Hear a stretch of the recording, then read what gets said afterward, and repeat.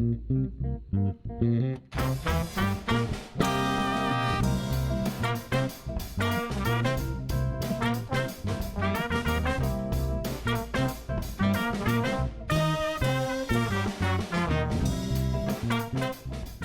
I'm Ted Haftagaber, founder and producer of Live Talks Los Angeles.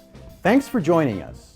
Since we started over a decade ago, we have brought you hundreds of conversations with storytellers, writers, actors, musicians, humorists, chefs, and thought leaders in business and science. You can watch and hear most of these in our YouTube channel and our podcast. For details, visit livetalksla.org. And now, here's the show you've tuned in to see.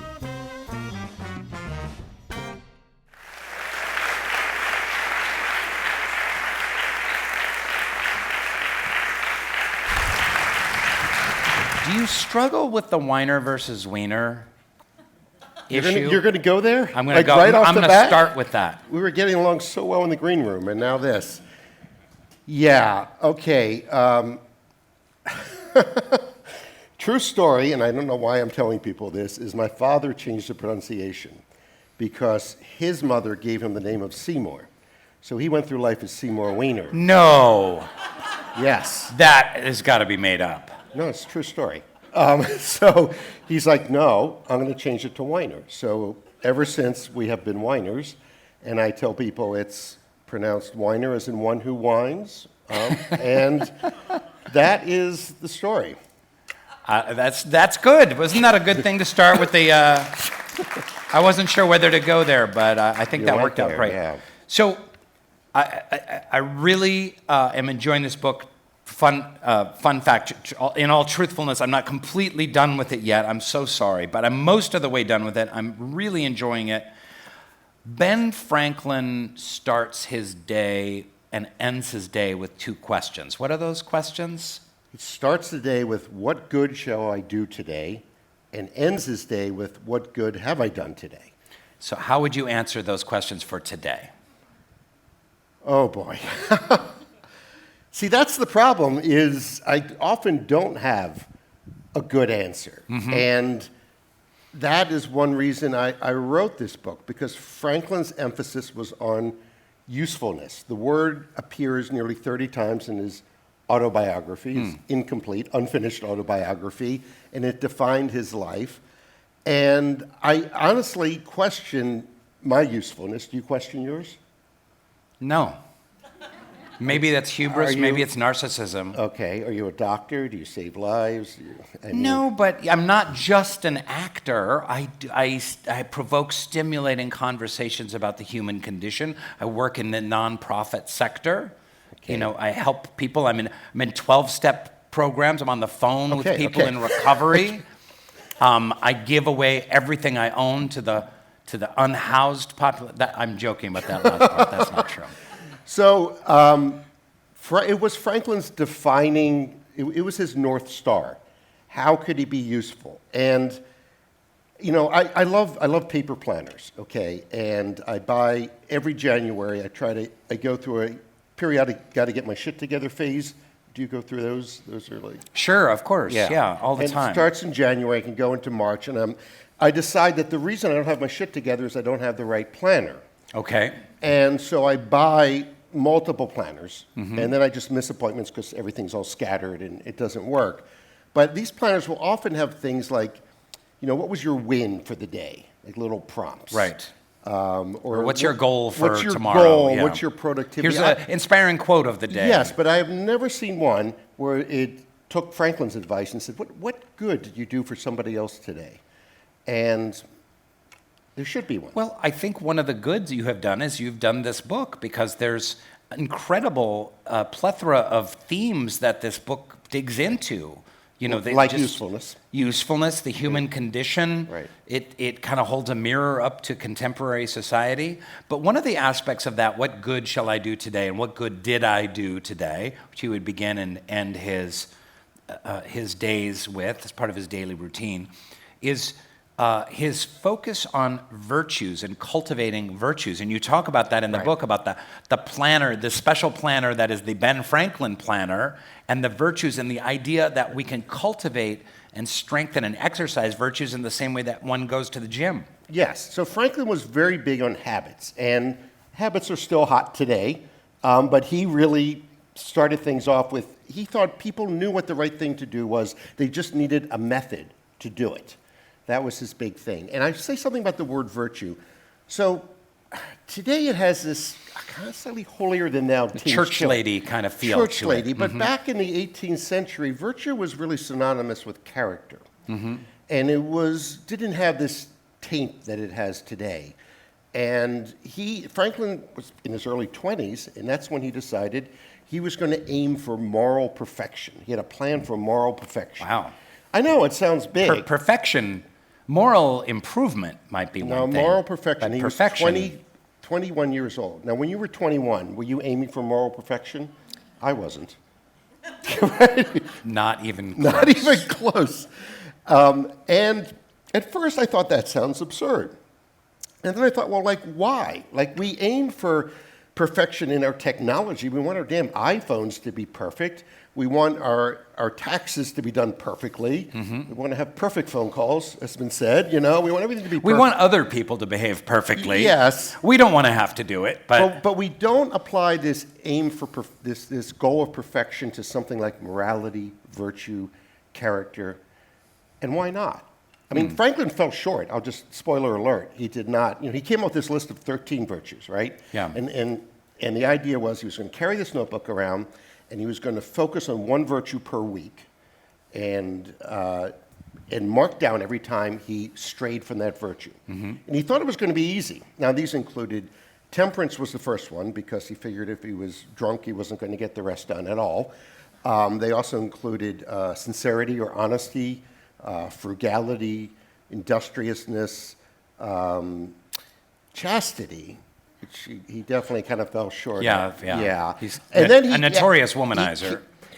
We'll get to that. He came up with 12 at first, and then a Quaker friend said to him, Ben, you're not the most humble guy. He said, oh yeah, I should add humility in there too. So he did. Bottom line is he failed. I mean, the book was so marked up, he called it another kind of holy book, a pun. But he said, even though I failed, I have, like the calligraphers who aim for perfect calligraphy, I have bettered my hand in the process. So my philosophy is better to aim high and miss than to aim low and hit the target. And Franklin aimed high, and I think that's something we can learn. Wow, that's really cool. There's some people that I have worked with that specialize in virtues education for children. And for those who recoil at the word virtue, like it's a church lady kind of phenomenon, you can say positive character traits or leadership qualities and whatnot. And their whole thesis is, there's a wonderful book called The Family Virtues Guide that we used to kind of work on with my son, and it had all of these virtues. You could call them divine virtues, but you could also call them positive character traits. That these are not taught to children, and they can be strengthened. Oftentimes, they're certainly not taught in school, or at home, other than in a negative consequence. Like if you catch a kid telling a lie, they get, you told a lie, but you're not cultivating honesty and the power of honesty and the enabling nature of honesty and the upliftment of honesty to young people. Right. And we leave that to the parents or the church or someone on the street, right? Yeah. But, the spelling and the grammar and the mathematics, you'll learn that in school. Right. Franklin, he was a very practical man, but he was practical about lofty subjects like virtue and character and doing good in the world. He wasn't perfect. You talked about the womanizing. That was part of it. And he didn't have a terrific relationship with his wife. It was a bit cold, and he had a very sad relationship with his son. They became estranged because his son remained on the loyalist side, fought against his father, essentially. So I guess he was not perfect, but my feeling is that, now I was told Californians don't care for history. Is that true, first of all? No, okay. I was warned. I think. None of these are Californians. Okay, there we go. Silly me. They all came in from New Mexico. Yeah. But we treat history as something to avoid. Those who repeat the past are doomed to. Those who fail to learn from the past are doomed to repeat it. Yeah. Right. So we think it's something. Carlos Santana said that. Correct. You did. No, the other Santana, the philosopher. I know. It was a joke. Okay. Eric. Stick with me. I'm with you. Okay. Carlos Santana may have said it afterwards, but he wasn't the first Santana to say it. So history is something to be avoided. You know, they were primitive back then. We have nothing to learn from them. But how about those who forget the past are doomed not to learn the good stuff from it? You know, That's a why great not? point. Here's a term, cherry picking, which has a negative connotation. Oh, you're cherry picking your argument. But if you have a bushel of cherries, are you going to take the rotten ones or the good ones? You're going to take the good ones. And if you're looking at the 18th century, are you going to look at misogyny and slavery and the bad stuff? And there was lots of bad stuff that went on. Or are you going to look at the focus on virtue and character and the commons and civil discourse? And learning. You talk about the curiosity of Ben Franklin and that how many scientific discoveries, which I had no idea in the 18th century, were made by laymen. Yes. So this was something else that I think contemporary society could learn from Ben and his contemporaries is this kind of like just hunger to learn. It really was, the world of science was a new world. It was wide open. The age of enlightenment was also the age of the amateur. And now we live in the age of the expert. So Franklin could never have done the experiments he did and made the advances he did today. He had 2 years of formal education, 2 years, and that was it. His father pulled him out of school. He learned Now, books. when you say formal education, that's high school or college? Middle or school. By age 10, he's out of school. Wow. Never went to school again. Wow. But he got the title of doctor as honorary doctorates. But he learned an awful lot through the book. The book saved his life. You have to realize that in the 18th century, the printed word was the internet and YouTube and streaming services and whatever else I'm forgetting, all rolled into one. If you wanted to know something in the 18th century... Duolingo. You either had to hear... And you could read 7 languages, and this is a time before Duolingo, which is remarkable. So if you wanted to know something in the 18th century, you either had to hear it or read it, and that was it. So he leveraged the printed word to his advantage as a student and then as a printer and publisher. And he loved books, and he loved words. And he would lend books to friends, and they wouldn't return them. And he once read an ad in his newspaper because he lent a valuable book to someone, and he couldn't remember who. So he ran an ad in the Pennsylvania Gazette saying, "Will the person to whom the printer has lent a book please return it? I can't remember who it is." Did he get it back? I don't think he did. Oh. I think, like for hundreds of years, people have been lending books to friends and not getting them back. That's true. Yeah. That's true. So. But most importantly, and I think the most salient question is, why did you choose to write about a kind of an interactive, part memoir, part biography of Ben Franklin, bringing yourself into this experiential element of Ben Franklin? Why did you choose this format? What? Because, you know, I've written a few books, and when you write a book, it's a commitment. You know, it's many years of your life, and there was a hunger. There had to have been a hunger in you to go on this journey with Ben Franklin. Well, let me answer the first part, which is why write essentially an interactive book, hybrid memoir, biography, travelogue, history. I think the writer should always have skin in the game. You know, you got to put yourself out there. I don't believe in writing that's removed, you know, trying to be objective, whatever that means. It doesn't exist. You know, I could have stayed in journalism if I wanted to do that. And the best advice I ever got was when I was struggling to write the Geography of Bliss. First book, didn't know if I could write it.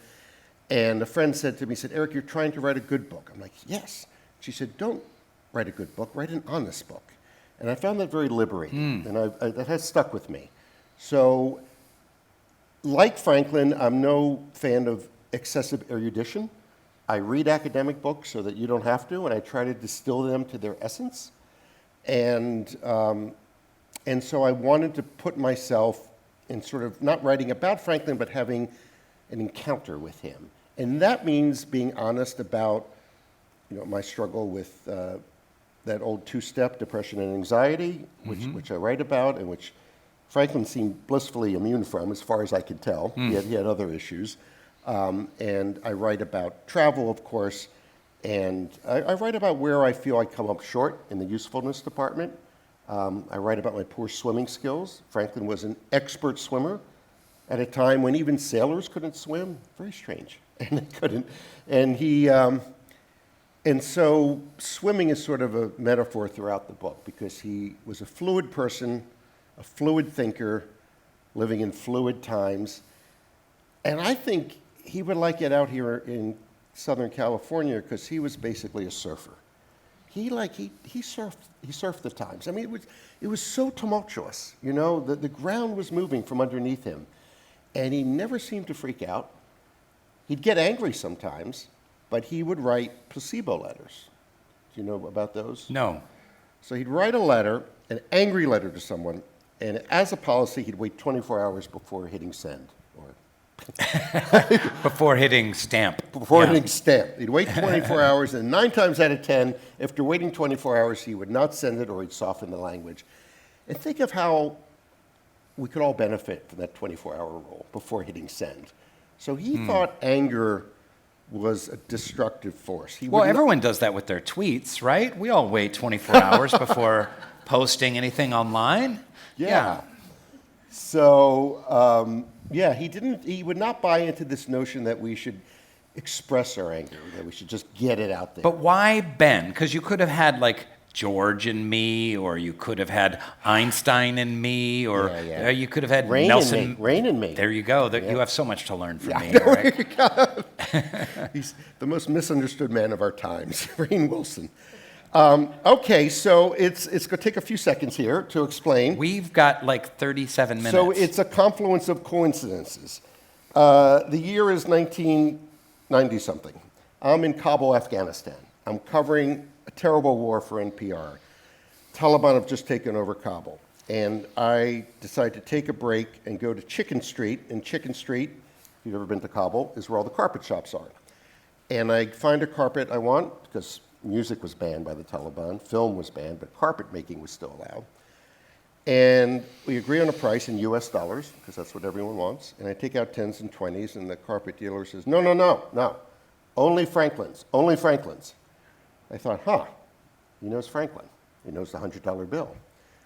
Take out a Franklin, put the 10s and 20s back. I thought, I really should know more about Ben Franklin. But I didn't, because I was caught up in this ego trip of being a foreign correspondent and covering all these bad things around the world and being on NPR, and so I tucked that away.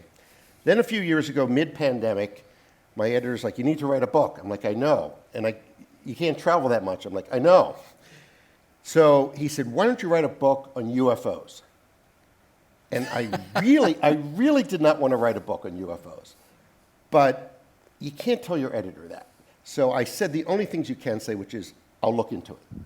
So I did look into it, and I stumbled across this article in Salon magazine called Our Founding Fathers Alien Obsessed. And I'm like, what? And sure enough, several of our founding fathers firmly believed in the existence of intelligent life out in the universe. And one of them was Ben Franklin. Yes. At age 23, he writes about a chorus of worlds out there, that there must be a chorus of worlds, plurality of worlds. I thought, wow, that's interesting. And then I started reading more about Ben, and then I came across the 13 virtues. And then I was like, aha. And also, I've sort of shied away from my own country. I feel more comfortable living in India, writing about Gandhi, writing about Confucius. It's less fraught. I think, and I find it more interesting. I did. And I thought, you know what? I need to come home, write about an American, write something fresh, write with my own voice and my own style. And Franklin is the founding father you most want to have a beer with. I mean, I call him the least dead of the founders. You can picture him at a coffee shop in Santa Monica with his MacBook Air out, his noise-canceling headphones. He might even invent noise-canceling headphones. That's the kind of thing he would do. He would have a podcast. He would totally have a podcast. You know, he might have been the first podcast. He was an influencer. Huge. Yeah. Even bigger than you. Really. Impossible. He was big in France. They loved him in France. Nobody knows who the fuck I am in France. So Exactly. there we go. He was huge in France. He said his face was more famous than that of the moon.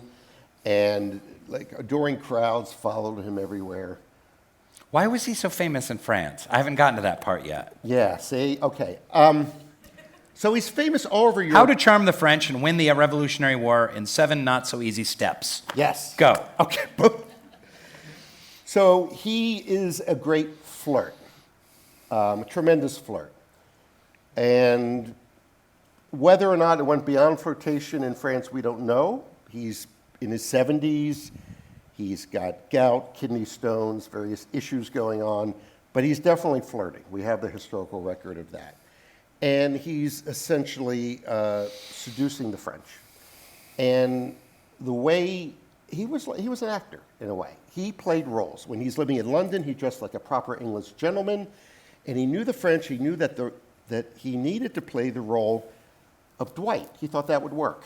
No, he thought playing the backwoodsman philosopher would work. He puts on this fur cap that he picked up on an expedition to Canada, the Great Canadian Fiasco, I call it, and he wears simple clothing. And they thought, wow, he's so earthy and yet so wise. He was sort of a combination of Rousseau, who was writing about the noble savage, and Voltaire, who was all sophisticated. And he also met them on their terms. I mean, John Adams is there saying, we need to start the day at 7 a.m. And nothing starts in France at 7 a.m. Franklin's sleeping till noon, you know, and conducting business over dinner, over Madeira wine, over games of chess. He enjoyed life, and the French responded to that, I think. Yeah. That's great. It was a perfect match.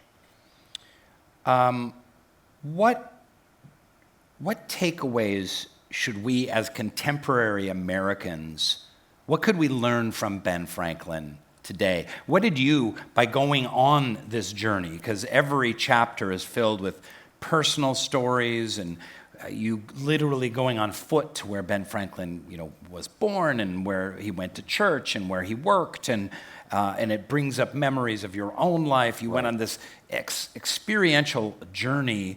By the time you get to page 278, what are the takeaways that for contemporary America we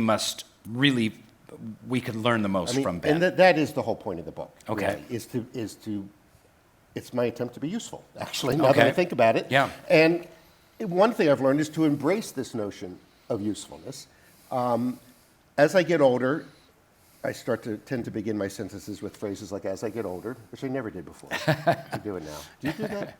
Oh, sure. Yeah. So as I get older, I do want to be useful. And yet we have we have mixed feelings about the word usefulness. Like we think, oh, it's a good thing, but then someone might say, oh, Rainn, that person, she's just using you. Like that's a character flaw on your part, that you're being used. But why? Franklin would say, yes, use me, please. I mean, if we're going to burn like a candle down to the base, let's burn clean and be fully used. So that's one thing. Another is, I'll bring up the Ben Franklin effect as something that's stuck with me. The Ben Franklin effect is this idea that in order for me to get you to like me, say you don't like me, just hypothetically. It's very easy for me. Okay. And I could do favors for you. I could, like, so can I get you coffee, Rainn? What can I get you? Larger water. Larger water, but no. The Ben Franklin effect says the way for me to get you to like me is to ask you to do favors for me. Rainn, could you give me some advice on my next book? Rainn, could you go do that for me? Can I borrow that? Can I borrow your car? I need to go run an errand, or can I live in your house for? No, not. It has a limit, but small to medium favors. And Franklin stumbled across this when he was working at the Pennsylvania Assembly, and there was a aristocratic gentleman there who didn't care for young men. And Ben, instead of kowtowing to him, said, "Can I borrow this precious book I hear you have?" And he said, "Oh, okay." Lent it to him.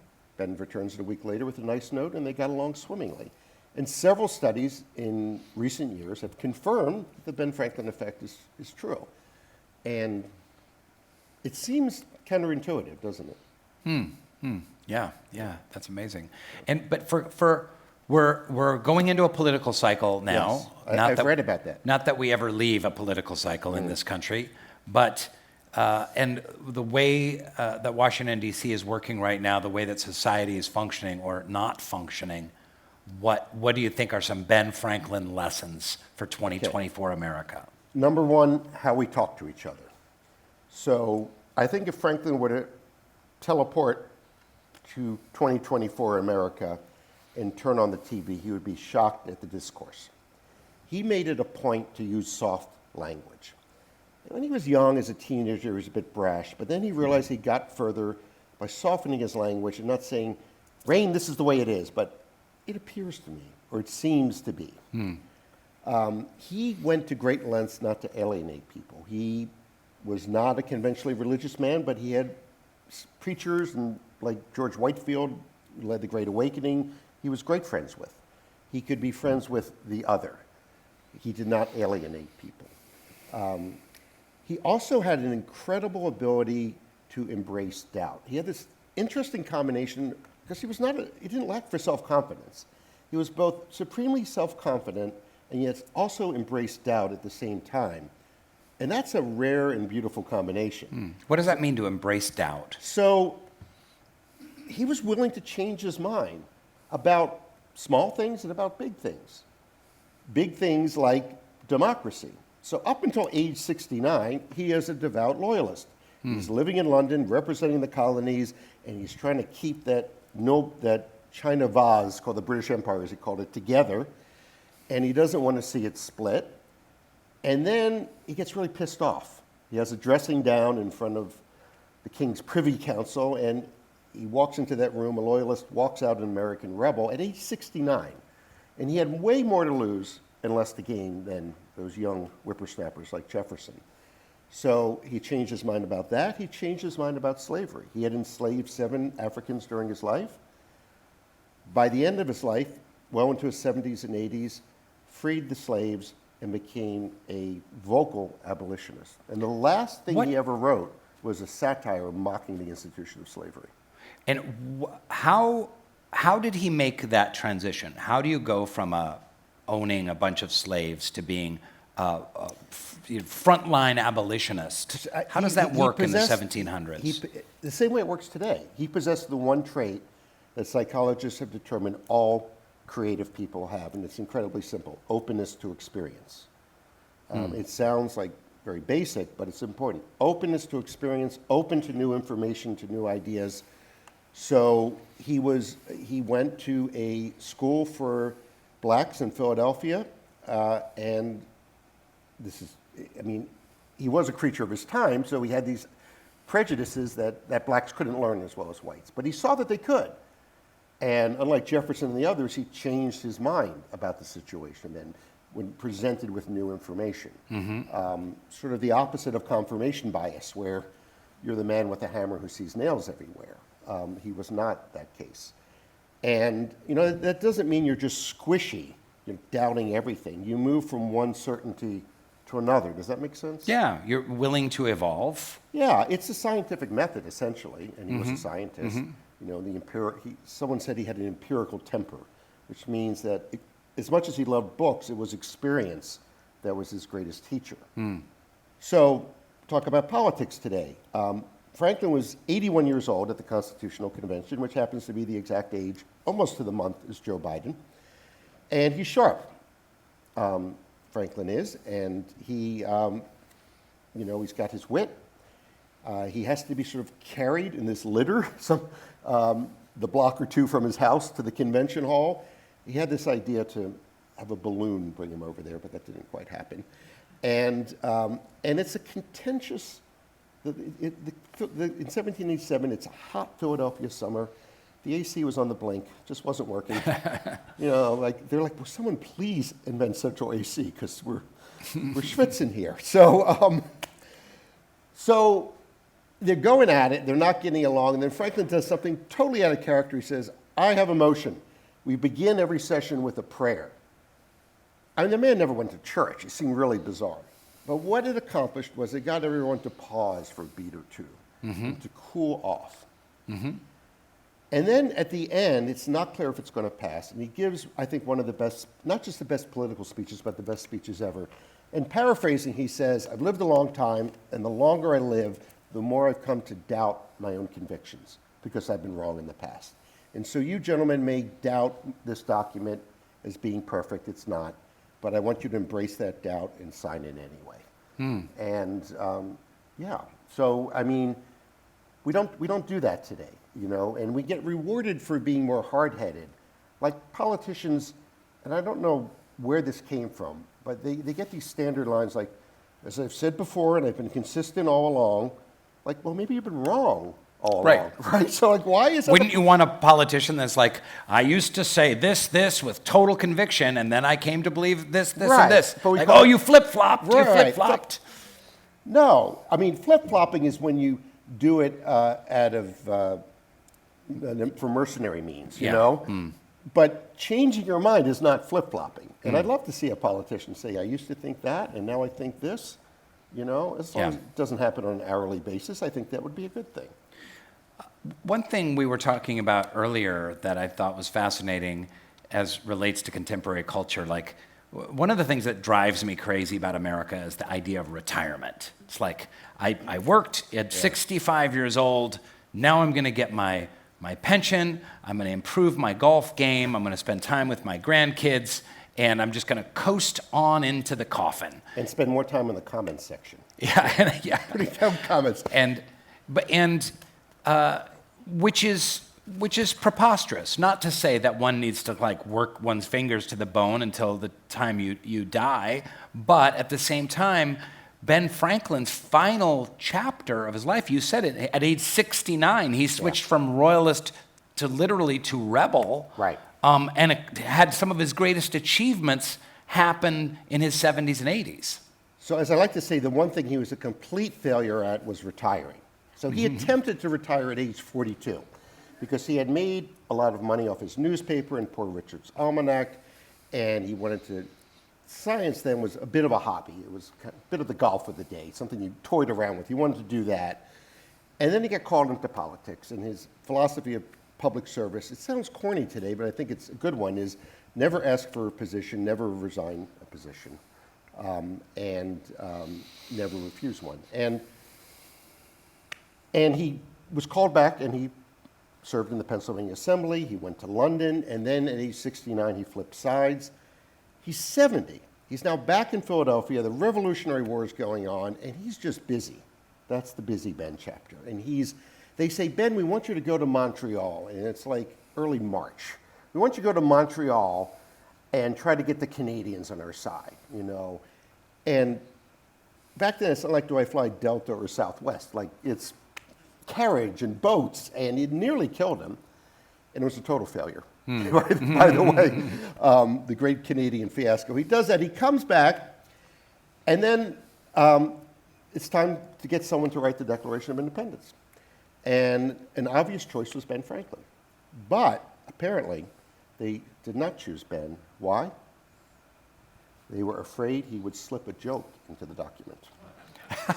This is the story. It seems like the kind of thing he would do because of the way he used humor. That's 70 years old. He edits the Declaration of Independence in what I think is the greatest edit of all time. Wow. So originally... So there's some changes that were made, that he made. There were 4 editors, and we think from the handwriting that this edit was made by Franklin because he had a distinctive handwriting. Originally, Jefferson's draft said, we hold these truths to be sacred and undeniable. And Franklin went, you've been edited, right? Yeah. Yeah.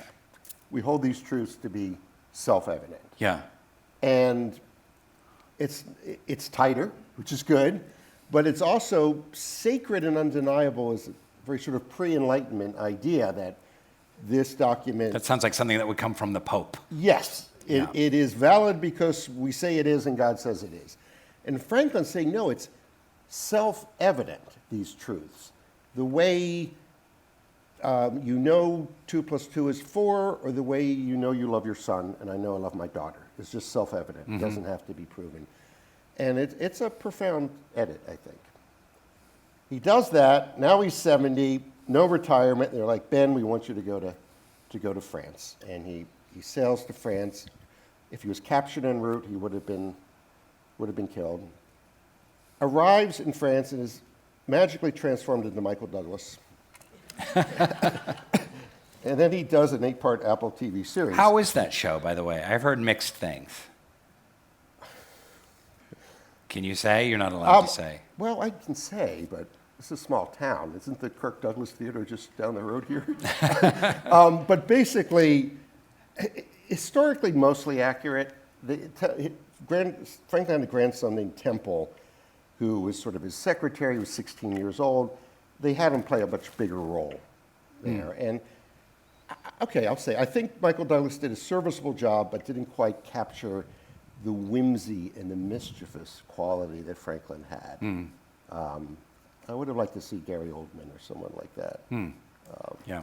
I know Paul Giamatti already played John Adams, but I think he would have been a good Franklin. He can switch over. Yeah. So, seducing the French. Okay. And he, after George Washington, he played the most important role, you know, in the Revolution by convincing the French to fork over all this money so that we can fight the war. And in a way, he used the Ben Franklin effect on them. He asked them to do a favor for him. And he said, he didn't just appeal to their mercantile needs, which is, you know, hey, there will be this great market here. Well, we'll ship lumber to you in 10 years if you help us be free. Yeah, and one day there'll be this place called California, and you know, and there'll be freeways and things. Yeah, and you can and movies. And movies. We'll get your son a role in exactly. in the new Michael Douglas miniseries about me. Exactly. So, well, mind blown. So he doesn't need to say that really. He says, our cause is humanity's cause. Now, of course, France had a king at the time, and it didn't turn out so good for him. But he appealed to their higher quality, to their something called moral beauty. Have you heard that term? Yeah. Sure. He appealed to their better angels, and he was also grateful. He expressed gratitude to them. John Adams, he was a prickly guy, and he did not get along with Franklin. He thought Franklin was just a bon vivant, and he was not serious, and you know, all the French admired Franklin's ungrammatical French, and you know, John Adams is in his room studying grammar textbooks. You know, why is Franklin getting all the attention? He was jealous. You know? But Adams did not want to be grateful to the French, and Franklin thought gratitude was a good way of being, that it was, it made sense, and he was grateful for his body too, and you know, he was unhealthy by then. He had gout from too much wine and meat, and kidney stones, and psoriasis, but his letters are collected in 43 volumes, and I've read a lot of them, not all of them. You don't find 43 volumes of letters. Yeah, they're not done going through them yet. 43 volumes of writing and correspondence. They're not done going through them over the last 220 years.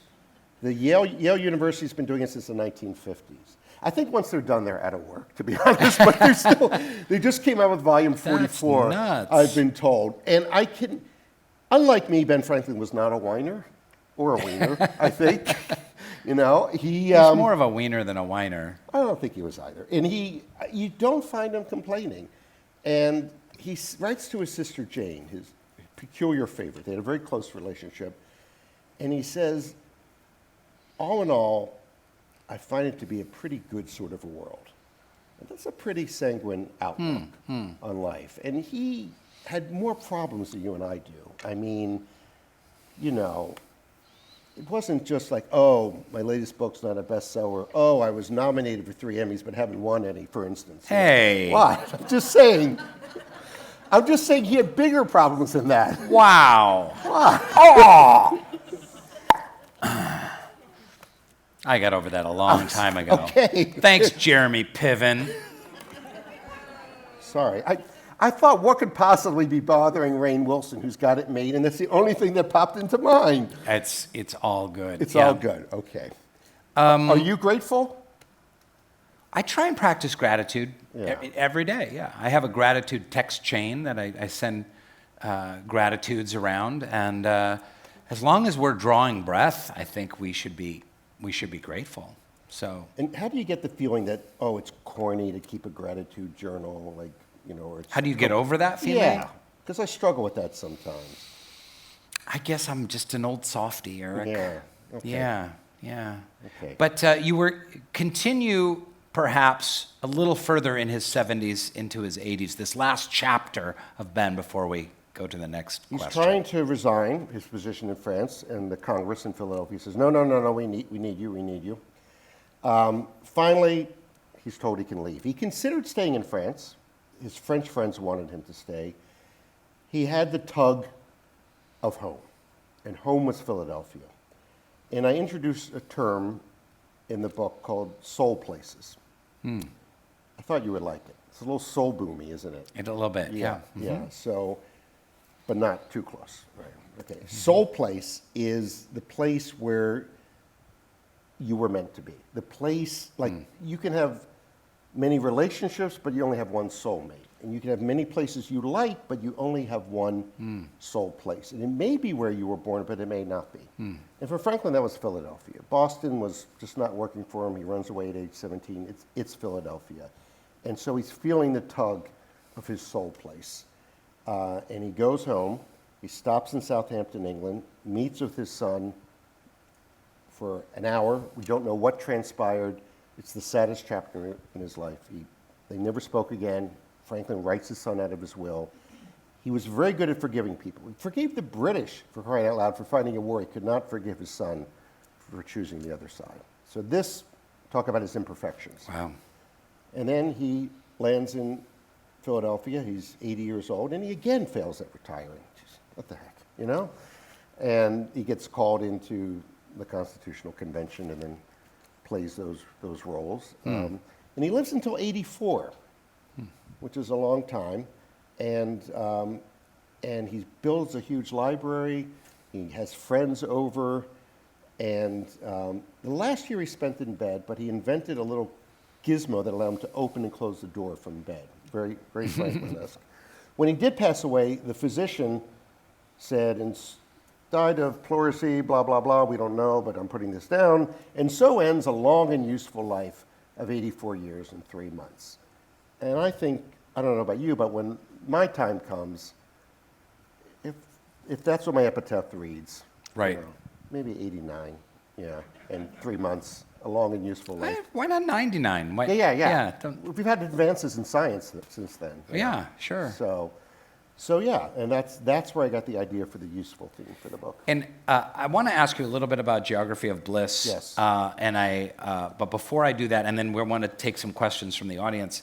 But I wanted to say, like, it always, we study Ben Franklin in school. You hear little things about him. You hear him quoted. You read fun facts about Ben Franklin. But his accomplishments, just in the realm of language and physical things. At one point, you call him like like he was the sharper image of his day. These mismatched objects that he invented. Right. But the inventiveness, both in language and in stuff, is amazing. Can you give us a brief tour through what his... So he invents the lightning rod, which I think... By the way, and I am not making this up in the slightest, my grandfather made his fortune in Seattle by having a lightning rod company. Wilcor Grounding Systems made him money, and he joined the Seattle Yacht Club and bought a big giant house on Capitol Hill. None of that money came to my family at all, not one penny. Your grandfather? Yes. Okay, so the difference between your grandfather and Ben Franklin is, and I'll run through his list of inventions, one thing they have in common is he did not apply for a patent for any of them. And there were patents back then, and he just wanted to give it to the people. It was a pay-it-forward philosophy, and I think he may have invented the pay-it-forward theory, because he writes about it. He said, I've benefited from the inventions of others, so why shouldn't they benefit from my inventions? He also thought there should be limits on how much private property a person can own. So what I'm saying, Rainn, is that Ben Franklin has definite socialist leanings. All right. And Power to the people. But because he's plastered on the $100 bill, and every time there's a story about the Fed raising or not raising interest rates or inflation, we see Ben Franklin's go by, we think he was this raw, capitalist at all costs. He had definite socialist leanings. In fact, I don't know which party he belonged to. But what were the inventions? Okay, so we got the lightning rod, which is known as the Franklin rod. He invented the Franklin stove, a more efficient stove. He invented bifocals, which you might be wearing right now. I am. Okay. He invented the long arm, I said, for grabbing things. And he invented a musical instrument called the glass harmonica, no H, not harmonica, harmonica. If you've ever played music by putting your fingers on bowls and yes. He took that to another level, of course, put it on a spindle, right? He's invented this in 1762 in London. And you've probably heard it. If you've seen the movie Gravity, you've heard it. It's the first sound there. If you've seen any of the Harry Potter movies, one of the ethereal... Almost the entire soundtrack of One Flew Over the Cuckoo's Nest is made from... Yeah. There are like 5 harmonica players left in the world. I met the sort of go-to one for Hollywood in London. And what I find interesting about that invention is it's such an emotive instrument and so ethereal. It sounds like whales mourning, And yet Franklin is sort of this engineering type practical guy, but he was more than that. He loved music, and my theory is that invention allowed him to express this whole other side of him. That's something we haven't talked about in our time, is that he wore all these masks. He had what John Updike called an androgynous imagination. He went both ways. He could write as a woman. He wrote as a 16-year-old boy, in Boston. He's writing as a middle-aged widow named Silence Dogood, slipping the essays under the door of the newspaper, getting them published on the front page, and then getting marriage proposals from men saying, Silence, I want to marry you. I mean, so he had this imagination, and he wrote as the King of Prussia. He wrote as a single mother. And so he was able to wear all these masks, almost like an actor. And what did he invent about electricity specifically? Because I still can't wrap my head around that. So that it doesn't dissipate, that it just moves from one form to another. He says something. This is one quote that I find very profound: that the electrical fire is only visible when jumping from one body to another. That's a direct quote, and I can't help but get metaphorical because it's in my nature, and I can't help but think about our energy, what we put into the world. If it's just stored up in us, it's not jumping from one body to another. It was the conservation of charge. That was his greatest discovery, that electricity is always seeking equilibrium. It's never more or less. It's just seeking balance and equilibrium, and that nature works that way. And no one had thought that. They thought there was just 2 completely electrical fluids. He's like, no, it's just the same thing, and sometimes it's in balance, and sometimes it's not. It's simple, but profound. That's great. So one of your best-known books is The Geography of Bliss. I'm so privileged to have been a part of creating our season 1 of Geography of Bliss on Peacock, the travel show. You did a terrific job. You captured the spirit of the book. And when people say... I wasn't as grumpy as you. No, I say Rainn Wilson is me, only more famous and with more hair. Barely.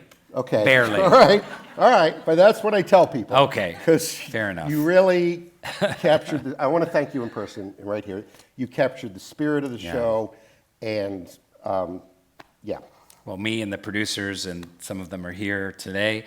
They had nothing to do with it. It was all you. They're so grateful for it. And it was such a special work for those. I think some will be on sale out there in the lobby, but Geography of Bliss is a magical book, and you undertook that quest long before anyone was thinking about it. You were writing about what can we learn about happiness and well-being from other cultures in other places. And you also, just like in this book, you're going yourself on a personal oddity, as well as looking at hard data. So what is the legacy of Geography of Bliss for today. When did that come out? The A original? long time ago, 15 years ago. Okay. Yeah. But books are magical. You said magical, thank you, in that they persist. YouTube videos, not so much, you know. It's still the one medium that sticks around.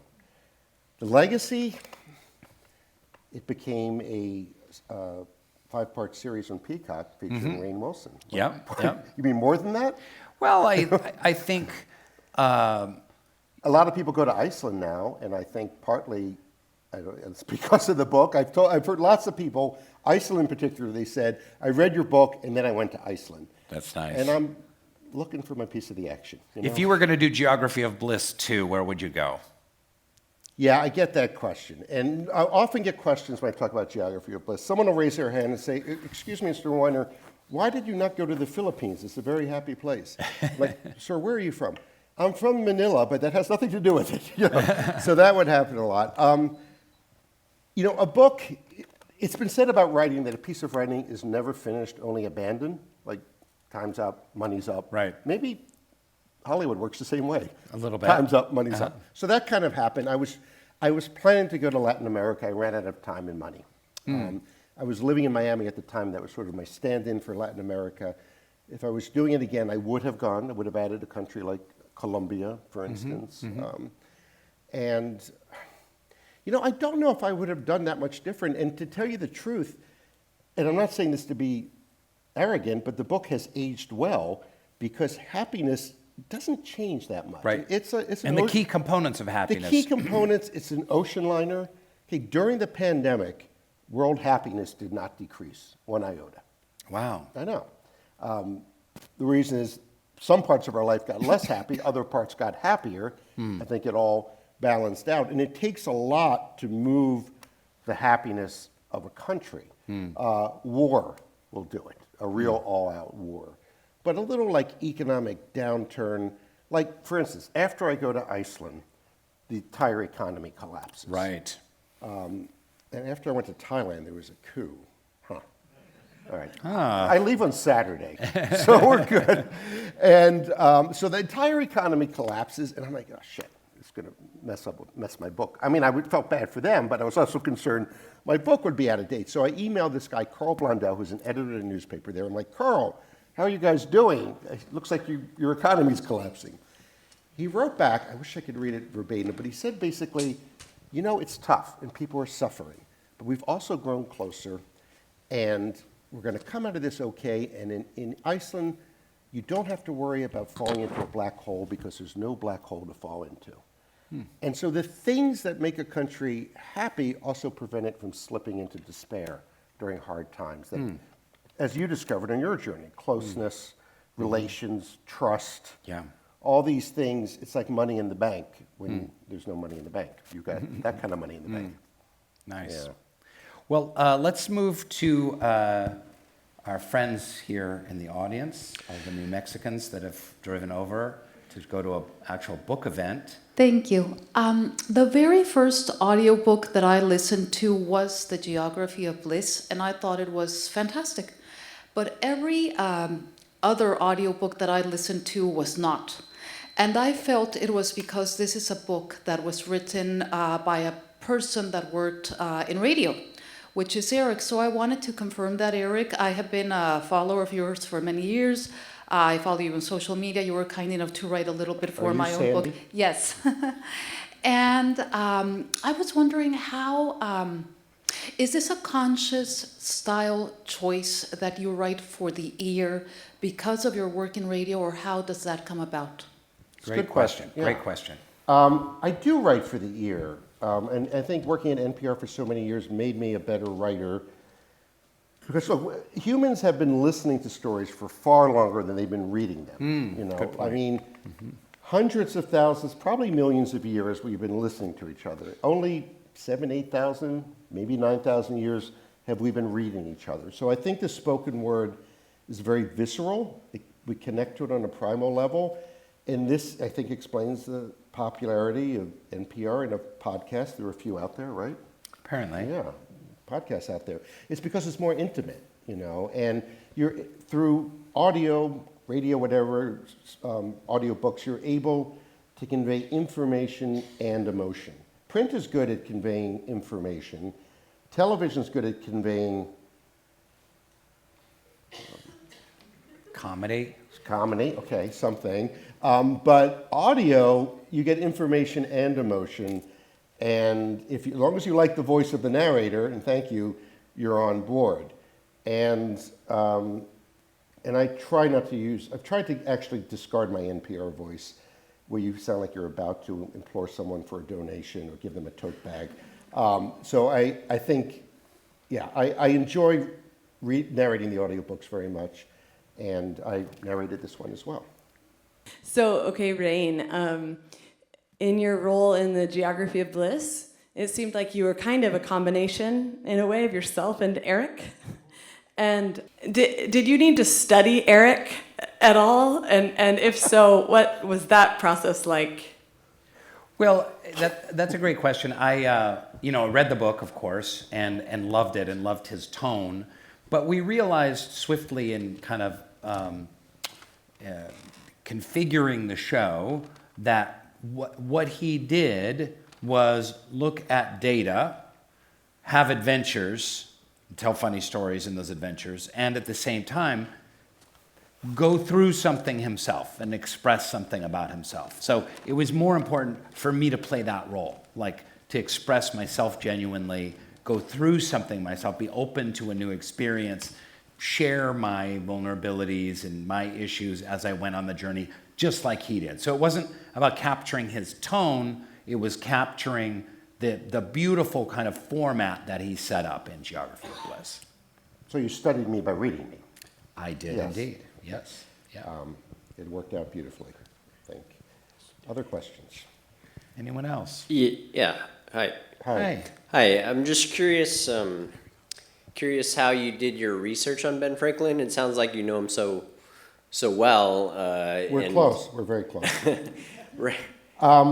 I did it multiple ways. Number one is I read a lot. And I read mainly him, but I read about him.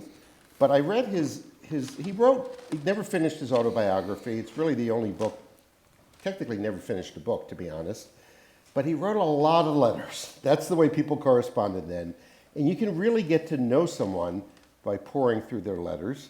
And I went to Boston, Philadelphia, London, Paris.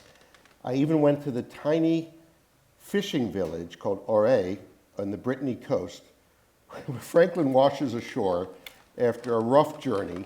You know, he's 70 years old, he's tired, he's sick, and he just writes in his journal, it's a wretched place, Auray, can't wait to get out of here. And you go to Auray now, and there's the Franklin Pier. They have a Franklin flavor of ice cream. They're Franklin Bar, anyway.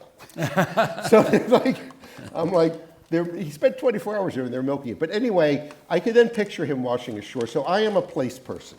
So I can't only read books. I have to go to where he was, walk in his steps. And it gives me narrative traction, and I feel like I get to know him. And I went to London, where the only house that he lived in, still standing, is in London. It's just a simple row house. And it's a small museum, but they let me stay after hours and go up and down the stairs and picture him there. We didn't talk about Naked Ben. Yeah. In his London house, he had this policy of air bathing every morning. You know what an air bath is? No, it sounds delightful. Yeah, he would strip naked every morning, open the windows, and just walk around his study for about an hour and a half. And he said it was most agreeable. His neighbors, not so much. But, and he recommended... So he was an exhibitionist and no, nudist. No, Ray, he was an air bather. Okay. You see, like, middle-aged guy walking around naked sounds weird. Middle-aged guy air bathing sounds therapeutic. It sounds California, doesn't it? It's very California. Very California. Where are you going this afternoon? I'm going air We're bathing. air bathing. Air bathing. Yeah. So I read Then and we're I going to traveled. Erewhon for a smoothie. I read and I traveled. Wonderful. Where is your soul place, if you're a place person? Mera dil Hindustani hai. My heart is Indian. Wow. It's India. That was your first post overseas was Delhi? Yeah, and I'd never been to India, and I moved there. You've been to India. You were there I was recently. just there a couple months ago. And can you imagine like moving there for several years, having never been there? And I fell in love with it, and I still love it. It's crazy. It's the exact opposite of suburban Baltimore. The people where I are grew up. so lovely and welcoming, and It's yeah. insane too. Yeah, and it is insane. It is insane. I said when I came back, it's like, Disneyland? Like, it's like that everywhere in terms of just like the movement of crowds around you. I mean, I feel like in India, you go to any street corner and you turn around 360 degrees and you'll see the best and the worst of humanity right there. It's all packed in. So I go back about once a year, and India is my soul place. What's yours? Putting you on the spot. Culver City. Okay. No, I love the Northwest. Born and raised there. Certain places in Washington and Oregon. The Cascade Mountains, probably. I met an Icelandic film producer who told me this is how you can determine what home is. It's not where you want to live, it's where you want to die. Where do you want to die? And Culver City. People die in Culver City, but not on purpose, I think. Eric, what advice would Ben Franklin give the 81-year-old Joe Biden to be more beloved between now and the election? Oh, boy. That's a good one. Be a little funnier, I think. Ben was very funny. I think Biden doesn't do humor, not so much. Of course, he lived in a time before television, where if Ben Franklin stumbled, it wasn't repeated, in clips on Fox News or on anywhere. So it's tough. To lean into the wisdom, that's what 81-year-old Franklin brought to the convention was wisdom. And to lean into that, which I think Biden is trying to do. Do it with humor. What do you think? I think that's perfectly answered, yeah. It's not easy, and I don't want to make it sound like ageism was not invented in the 21st century. There were people who made fun of Franklin or thought he was beyond his prime, or they respected the man but not the idea, as they said. But he was able to play a pivotal role, and I don't know.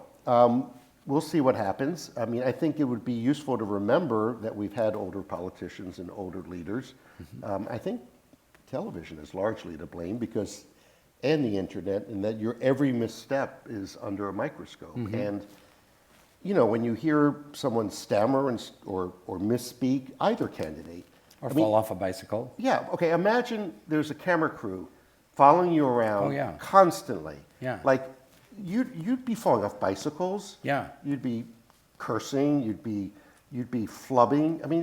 Just the other night, I said to my wife, I got myself my green tea, and I took a drink, and I set it on the counter, and then I went over and got my wallet and my keys, and then I went to the fridge and got myself a green tea, and opened it up and took a drink, and there was one sitting right there, of course, and I was like, I wouldn't do that. 5 years ago, I never would do that. So now imagine that's put on a loop. Yeah. And the chyron is Rainn Wilson losing it. Yeah, losing his marbles. Losing his marbles. Yep. So, television's a problem. There, that's the takeaway. Have you ever thought about writing a book about a woman or from a woman's perspective? Well, Ben Franklin did it. That would require either fiction or an operation, and I've toyed with the idea of writing fiction from a woman's perspective. Well, you've given me something to think about. Who might that woman be? About a woman. Well, I think there are a few references in here about Jane Franklin, and she sounds like a really interesting person that the modern world knows nothing about. You probably don't want to go back into the Franklin world, but... Jill Lepore wrote a good book about Jane Franklin. Oh, yes. Who did? Jill Lepore, the writer for the New Yorker. So that book does exist. Oh, good.